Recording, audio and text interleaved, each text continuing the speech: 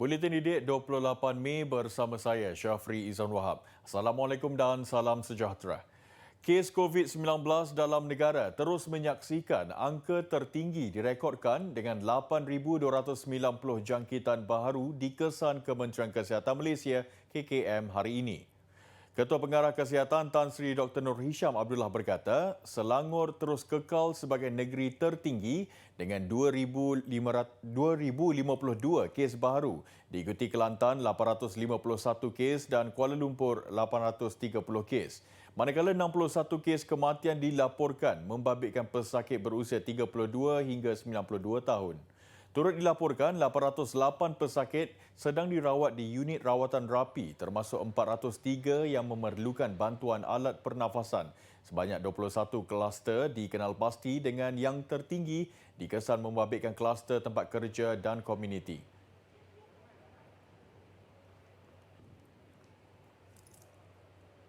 Masyarakat digalakkan untuk memakai pelitup muka jenis kain sebagai lapisan tambahan bersama pelitup muka jenis perubatan bagi membantu menyaring lebih banyak partikel halus sekaligus mengurangkan risiko kepada pendedahan virus COVID-19.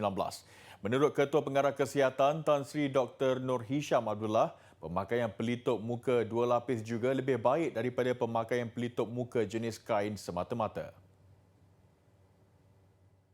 Berkongsi dalam satu hantaran di Facebooknya, beliau berkata bagi pemakaian pelindung muka atau face shield, ia dapat membantu memberikan pelindungan maksimum. Kajian Pusat Kawalan dan Pencegahan Penyakit Amerika Syarikat mendapati pemakaian satu lapisan pelitup muka yang tidak diikat mampu menyekat 56.1% partikel halus, manakala pelitup muka jenis kain menyekat 51.4%. Pemakaian pelitup muka jenis perubatan yang diikat ketat pula mampu menyekat 77% partikel halus dan pemakaian dua pelitup muka jenis perubatan dan kain menghalang 85.4%.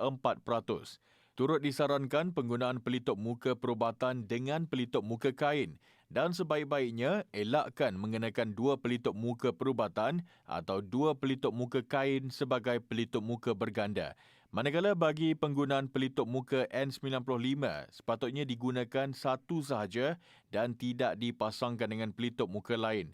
Pelitup muka N95 ialah piawaian tertinggi bagi jenis pelitup muka dan boleh melitup permukaan muka dan menapis sehingga 95% partikel. Pemantauan pengunjung di pasaraya boleh dilakukan melalui penggunaan pelekat berwarna dan sistem kad bernombor. Mekanisme ini menurut Pengarah Kementerian Perdagangan Dalam Negeri dan Hal Ehwal Pengguna Negeri Sembilan, Ain Arjuna Aziz Zaman, boleh diguna pakai bagi membantu pihak pengurusan memantau jumlah kehadiran dan tempoh keberadaan pelanggan di premis masing-masing. Langkah itu ujarnya sebagai tambahan yang boleh digunakan selain menyemak di aplikasi MySejahtera. Bagaimanapun arahan mengenai perkara itu belum dikeluarkan setakat ini kerana yang penting matlamat utama adalah memastikan pelanggan berada di dalam pasaraya tidak lebih 2 jam. Sementara itu, orang ramai juga dinasihatkan tidak lagi mengamalkan budaya window shopping atau bersantai-santai di dalam pasaraya atau di tempat awam seperti sebelum ini.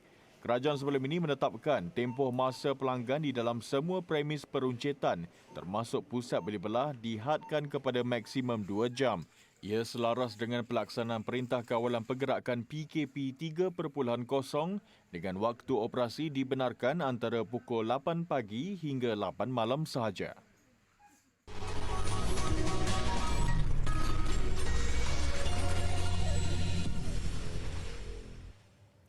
Kurangnya pendedahan dalam aktiviti dan bahan pembelajaran membuatkan murid-murid hilang minat dalam sesuatu mata pelajaran, khususnya bahasa Inggeris. Melalui pendekatan teknologi entertainment design, TED, yang membantu murid-murid dalam pengetahuan dan kemahiran dalam penyampaian, murid-murid lebih bermotivasi untuk mendalami bahasa Inggeris. Di Sekolah Menengah Kebangsaan Tebakang, Serian, Kuching, Sarawak, mata pelajaran bahasa Inggeris yang disifatkan menakutkan oleh pelajar-pelajarnya menyukarkan pengajaran. Kadang-kadang suasana pembelajaran dalam kelas menjadi sunyi kerana pelajar takut dan malu untuk berkomunikasi dalam bahasa Inggeris. Pelajar juga menunjukkan kurang minat terhadap mata pelajaran bahasa Inggeris sebab mereka kata susah dan kurang pendadahan. Kerana itu, pengetahuan sedia ada pelajar mengenai isu semasa, isu global dan culture competencies mereka agak berkurangan. Seolah-olah ada kalanya seolah mereka tidak peka terhadap dunia luar dan mereka kurang keyakinan diri untuk berkongsi ilmu atau mengujar bila membuat aktiviti bahasa Inggeris. Bagi 2 kelas tingkatan 4 dan 2 kelas tingkatan 5 yang diajarnya, Cikgu Magdalene menggunakan video sebagai medium untuk mengajar, mengupas, menerangkan dan berkongsi pendapat. Pada mulanya, kaedah ini sukar diterima disebabkan kebiasaan pelajar yang menggunakan buku teks. Halangan dari segi bahasa juga salah satu cabaran kerana terdapat video dihasilkan dalam bahasa Inggeris. Namun bermula dengan membaca serikata. Lama-kelamaan, pelajar ini dapat menambah pembendaharaan dan kosakata. Mereka akan berbincang, saya selalu suruh mereka berbincang pairing ataupun grouping untuk mengupas isi video ataupun lesson tersebut. Okay. Kemudian daripada situ mereka mula berkongsi idea mengenai isi ataupun isu yang terdapat dalam video. Dari di situ saya nampak pelajar menunjukkan minat untuk berbincang. Saya kena akui kalau di dalam kelas mereka memang jarang menggunakan bahasa Inggeris. Kaedah ini dipercayai mampu memberi impak dari segi moral, motivasi serta perkembangan diri. Pelajar juga mula belajar membuat hubung kait isu yang dibincangkan dalam video dengan kehidupan seharian mereka. Peranan seorang guru lebih daripada sekadar mengajar di dalam kelas. Malah bagi sesetengah guru, aspek kebajikan pelajar diutamakan dalam menyediakan suasana pembelajaran yang selesa dan kondusif. Menjaga hubungan baik dengan murid juga dilihat sama penting dalam mewujudkan suasana pembelajaran yang harmoni serta menyeronokkan. Cikgu Thomas Mason Lim Beng An atau lebih dikenali sebagai Mr. Thomas cukup disanjungi murid-murid Sekolah Kebangsaan Kampung Baru Bintulu, Sarawak. Biarpun baru 3 tahun mengajar di sekolah itu, keprihatinan Mr. Thomas terhadap murid-murid, khususnya dalam aspek kebajikan, membuatkan namanya sering meniti di bibir warga sekolahnya. Tidak pernah berkira daripada segi wang ringgit, masa mahupun tenaga, ada sahaja perkara yang dilakukan demi pendidikan, kesejahteraan dan keselamatan anak-anak muridnya tanpa mengharapkan pujian mahupun balasan. Saya sentiasa berasa sedih apabila murid-murid tidak dapat menikmati pendidikan yang patut untuk mereka oleh kerana ketiadaan wang ringgit bagi mereka. Jadi sebagai seorang guru, saya sentiasa cuba sedaya upaya untuk memberikan mereka apa-apa keperluan, contohnya buku, pensel dan sebagainya. Tapi semua ni saya kebanyakan kalinya saya diam saja. Saya tak nak heboh-hebohkan. Bukan sahaja prihatin dalam aspek kebajikan murid-murid, pembelajaran mereka juga menjadi keutamaan Mr. Thomas. Guru bahasa Inggeris, pendidikan muzik dan sains ini juga kreatif dalam mempelbagaikan kaedah pengajaran bagi menarik minat murid-muridnya dalam pembelajaran. Equal education adalah prinsip yang saya pegang semenjak hari pertama saya berkhidmat sebagai seorang guru. Saya sentiasa menghargai kehadiran murid-murid saya di kelas tanpa mengira apa-apa pun di sekeliling kita. Pada pendapat saya juga, fun learning iaitu pembelajaran yang menyeronokkan adalah sesuatu yang amat penting bagi anak-anak murid saya. Sekiranya sebuah kelas itu tidak menarik, tidak seronok, tidak menarik perhatian murid-murid, apakah yang dapat membuatkan mereka lebih bermotivasi di dalam kelas? Usaha Mr. Thomas dalam memartabatkan soal kebajikan dan pendidikan anak muridnya melayakkan beliau mendapat anugerah English Language Teacher of the Year di Global Education Summit and Awards 2021.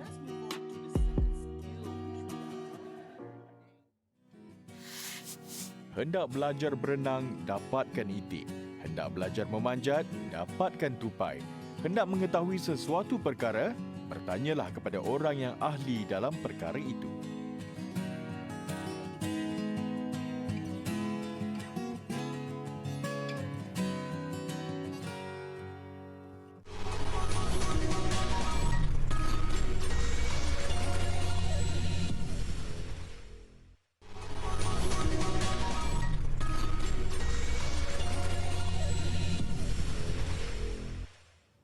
Bergelar penuntut di institusi pengajian tinggi tidak menghalang seseorang itu melakukan inovasi untuk menambah pendapatan. Seperti kejayaan pelajar yang kita kongsikan ini, boleh dijadikan contoh untuk adik-adik tampil dengan idea dan kreativiti sendiri dalam menghasilkan sesuatu produk. Tuan Muhammad Muiz Tuan Nordin tidak menyangka ilhamnya menginovasikan cendol segar dalam tin mampu memenangi pelbagai anugerah sekaligus mendapat sambutan ramai. Muiz adalah penuntut tahun 3 Ijazah Sarjana Muda Keusahawanan, Fakulti Keusahawanan dan Perniagaan, Universiti Malaysia Kelantan UMK.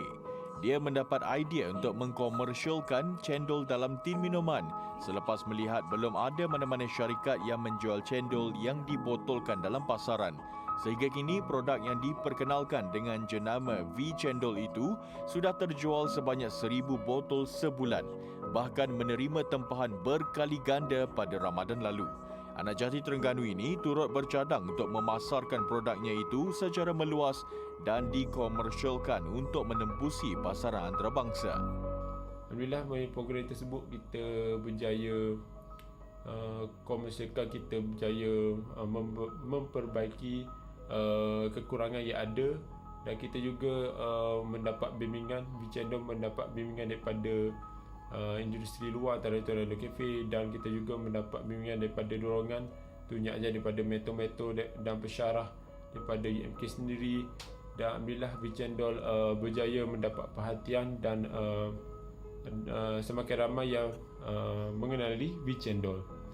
Walaupun baru setahun dalam pasaran, anak muda ini terus menginovasikan cara pembungkusan V-Cendol dari botol plastik biasa ke tin plastik lut cahaya yang lebih bermutu tinggi, menjadikan ia minuman yang sedia diminum. Kini V-Cendol boleh didapati melalui 3 perisa iaitu pandan, mangga dan strawberry yang dijual pada harga RM6.50 sebotol. Mengambil maklum manfaat kewujudan tabung makanan atau food bank, inisiatif seumpama itu yang dikenali mini food bank digerakkan di Alor-Star Kedah bagi membantu penduduk di 28 mukim dalam daerah Kota Star yang kini dikenakan Perintah Kawalan Pergerakan diperketatkan PKPD. Usaha yang dilakukan sejak setahun lalu adalah bagi memastikan tiada individu yang berhadapan masalah terputus bekalan makanan dan boleh mendapatkan keperluan asas secara percuma. Program itu dilaksanakan di bawah Gabungan Pelajar Melayu Semenanjung GPMS yang terletak di Tandop. Bagaimanapun, hikmat penghantaran barangan dari rumah ke rumah dihentikan buat sementara waktu atas faktor keselamatan. Sebelum ni kalau kata kes COVID rendah, kita ada yang kita pergi ke rumah hantar ke depan pintu. Tetapi apabila kes kita tengok hari ini semakin meningkat, jadi kita dapat saranan daripada MKN supaya mematuhi SOP yang dikeluarkan seperti mana yang mereka keluarkan tu lah. Jadi kita tak bagi mereka datang ke food bank, kita turun ke bawah, kita ada penyerakan sosial, kita ada kata apa, scan MySejahtera, lepas tu kita ada pakai hand sanitizer. Jadi kalau di pihak kita pun kita pakai apron, mask, dan kata apa, kita tak ada lah bersalaman dan sebagainya. Jadi pada segi SOP ni memang kita jaga sungguh-sungguh lah. Mereka yang memerlukan bekalan perlu membuat panggilan dan mendapatkan janji temu terlebih dahulu bagi menjaga penjarakan ketika pengagihan. Bermula dengan sumbangan peribadi sebagai modal permulaan, kini Mini Food Bank mula menerima tajaan orang ramai dan sektor korporat. Mana-mana syarikat korporat yang nak bagi, boleh kata apa, menghubungi saya lah. Dan kalau untuk sasaran ni, selepas ni mungkin kita akan fokuskan, kalau habis dah PKPD, kes pun semakin menurun, kes pun dah stable, kita mungkin akan fokuskan kepada golongan-golongan seperti nelayan, petani yang terjejas, buruh kasar dan ibu tunggal anak ramai Itu yang target sasaran kita selepas ini, untuk kita berikan bekalan makanan kepada mereka. Penguatkuasaan PKPD di 28 mukim di daerah Kota Star diumumkan bermula 19 Mei lalu sehingga 1 Jun ini. Bagi mana-mana pihak yang ingin membuat sumbangan ke Mini Food Bank boleh menghubungi talian tertera.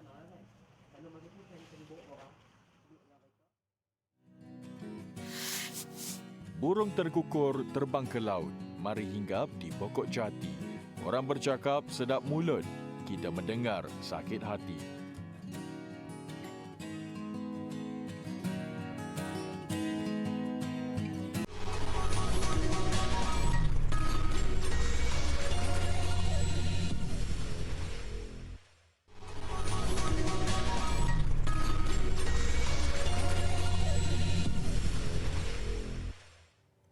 Bersua kembali. Satu bengkel komuniti dibuka di Adelaide, Australia untuk membantu orang ramai meningkatkan kemahiran bertukang. Ia diwujudkan oleh pihak berkuasa tempatan selepas menerima banyak permintaan daripada golongan wanita yang mengakui kurang pendedahan terhadap kemahiran itu. Bengkel DIY ini mempelawa orang ramai mencipta pelbagai barangan alatan sendiri. Selain itu, mereka juga mengusahakan projek membuat kotak burung yang akan disumbangkan untuk tujuan amal. Ia susulan banyak rumah burung yang rosak dalam kebakaran hutan besar pada 2019. Penganjur berharap usaha sebegini juga mampu membantu menangani kesihatan mental warga emas dengan membolehkan mereka berinteraksi antara satu sama lain dan tidak berasa terpinggir. Bot elektrik hydrofoil dijangka jadi tumpuan terbaru di Venice, Itali.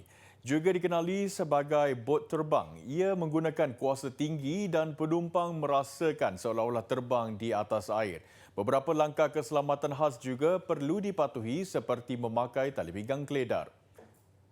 We've sort of taken away all the drawbacks with hydrofoils, so we made them more efficient. We can also retract the foils into the hull, so you can beach this boat on a beach. And you also get a longer range than the traditional hydrofoil boats do on electric power. So all these improvements have led to the Candela 7, which is our first model. Lebih menarik, Candela 7 juga boleh dikawal melalui aplikasi menggunakan drone dan telefon pintar. Ini sekaligus membolehkannya berlayar di tasik mahupun laut bergelora. Kedudukan bot yang lebih tinggi dari paras air mengurangkan geseran sebanyak 80%, membolehkannya bergerak pada jarak jauh dan hanya menggunakan bateri. Bot ini berharga €250,000 dan dijangka bertambah popular dalam tempoh 2 tahun lagi. The Weeknd, Taylor Swift dan Dua Lipa antara pemenang utama iHeartRadio Music Awards yang berlangsung hari ini. Bukan itu sahaja, penonton turut dihiburkan dengan persembahan pelbagai artis. Paling menjadi tumpuan persembahan The Weeknd bersama Ariana Grande. Ini juga penampilan pertama Grande di pentas sejak bergelar isteri kepada Dalton Gomez pertengahan bulan ini. Lagu terbaik tahun ini menjadi milik Blinding Lights, nyanyian The Weeknd yang juga merangkul gelaran artis lelaki terbaik. Manakala Dua Lipa, artis wanita terbaik. Sensasi K-pop BTS menang 3 kategori iaitu video muzik terbaik, kumpulan peminat terbaik dan koreografi video muzik terbaik. Dalam pada itu, Blinding Lights turut dinamakan lagu tarian TikTok terbaik.